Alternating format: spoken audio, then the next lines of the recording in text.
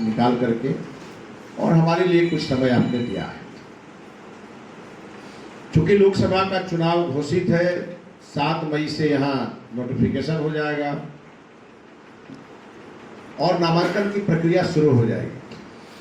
लेकिन पिछले 24 मार्च को जब उम्मीदवार के रूप में मेरे नाम की घोषणा हमारी पार्टी के केंद्रीय नेतृत्व द्वारा किया गया और 30 मार्च से मैं बक्सर के लगभग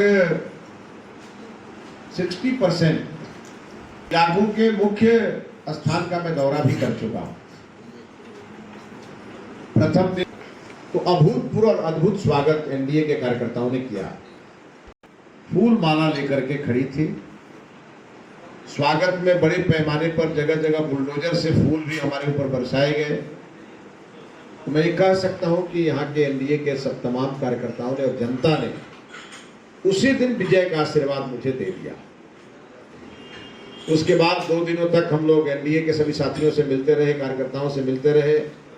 यहाँ की योजनाएं, प्राथमिकताएं, कहाँ कार्यालय खुलेगा, कहाँ कैसे इसको हम लोग लड़ेंगे, इस सब चीज़ों की हम लोगों ने योजना बना करके, और आज चौथा दिन है जब हमारा विधानसभा सम्मेलन, आज चौथे विधानसभा का सम्मेलन है।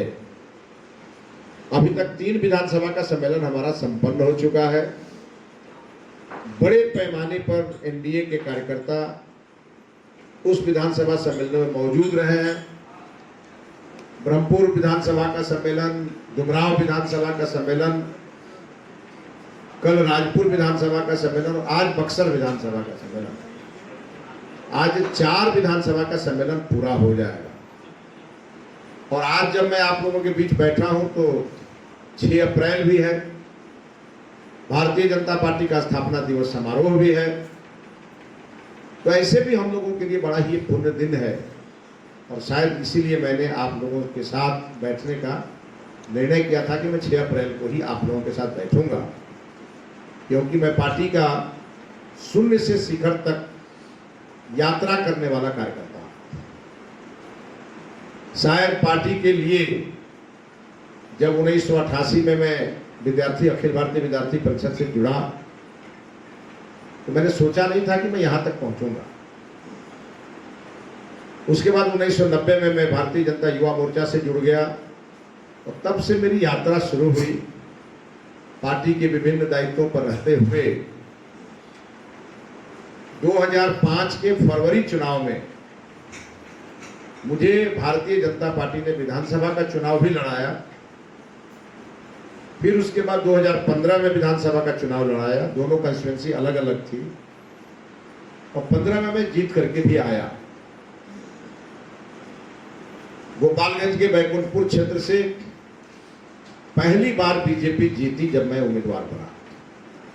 उसके पहले बीजेपी वहां कभी लड़ी नहीं, गठबंधन के कारण कभी मौका ही नहीं मिला और इसलिए मैं जीत करके आया।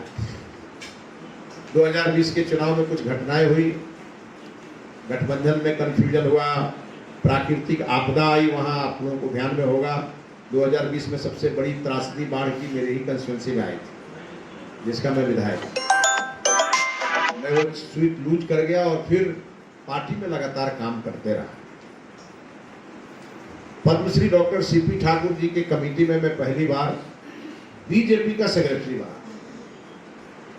उसके बाद मंगल पांडे जी के टीम में मैं उपाध्यक्ष रहा, नित्यानंद राय जी के टीम में उपाध्यक्ष रहा, संजय जायसवाल जी के टीम में उपाध्यक्ष रहा और अब सम्राट चौधरी जी के टीम में मैं पार्टी का दिन रात मेहनत करेंगे और बक्सर को जिस विकास का हकदार बक्सर है, उस बक्सर को वो विकास का हक हम हर हाल में दिलाएंगे। देखिए, मुख्य बात विकास जब मैंने कह दिया तो विकास के अलावा क्या मुख्य बात होता है?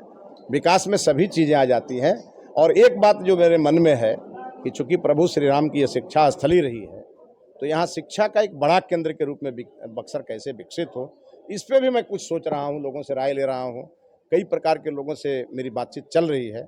एक संकल्प पत्र जब हम आपके बीच रखेंगे तो आपको ध्यान में आएगा कि जो चीज़ें नहीं हो पाई थी वो कैसे होंगी और उसको हम लोग करेंगे। ये नहीं मानेंगे कि विपक्ष को उम्मीदवार से तो लड़ना ही आता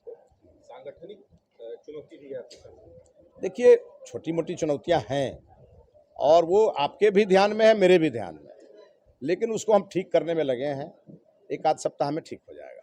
मिसेज जी, आप हर सवाल के जवाब में कह रहे हैं कि अभी मैं आया हूँ टिकट लेके, अभी आप बातों को समझ रहे हैं, लेकिन जो पूर्व की बातें जो हैं अश्विनी चौबे के द्वारा किए गए कामों का काफी विरोध हो रहा है जमीनी स्तर पर, जो हम लोग सर्वे कर रहे हैं, इसको आप कैसे पाटेंगे? बिल्कुल पाट देंगे। मैंने कहा ना, जो जो उनके अधूरे काम है उसको पूरा करेंगे और कुछ ऐसा काम करेंगे जो आज तक कभी नहीं हुआ होगा। आप लगातार कह रहे हैं कि बनारस के तर्ज पर बक्सर का बिल्कुल विकास बिल्कुल, होगा। वो मेरा होगा, जनता विश्वास एकदम करेगी। होगा, एकदम होगा और करके दिखाएंगे। अरे भाई, 5 साल के लिए तो विश्वास करिए ना, उसके बाद अविश्वास करिएगा। कौन है आनंद मिश्रा? अरे अभी 7 मई से नामांकन शुरू होने दीजिए। 7 मई के बाद कौन नामांकन करता है उसके बाद ना आपसे बात करेंगे। अभी तो 7 मई तक जितने लोगों को क्रिकेट खेलना है खेलने दीजिए। बिल्कुल असली खिलाड़ी हैं। और यहाँ पे हम ही को जनता आशीर्वाद दी, ये तय नहीं। 6 बॉल पर 6 नहीं, 6 बॉल, हर बॉल पर 6 छक्के। ददन पहलवान भी एक कैंडिडेट है, क्या कहेंगे? कार्रवाई हुई है उनके बेटे के ऊपर, उनकी गिरफ्तारी हुई है। अब मैं नहीं जानता कि किस मामले में हुई है और क्यों हुई है, क्योंकि अभी हमको फुर्सत ही नहीं मिल रहा है ये सब जानने के लिए। हम दिन रात जनता के बीच में हैं, लेकिन कुछ हुई होगी तो कार्रवाई प्रशासन किया होगा। लेकिन मैं फिर कह रहा हूँ, 7 मई से मैदान में कौन आता है, हमको उससे लड़ना।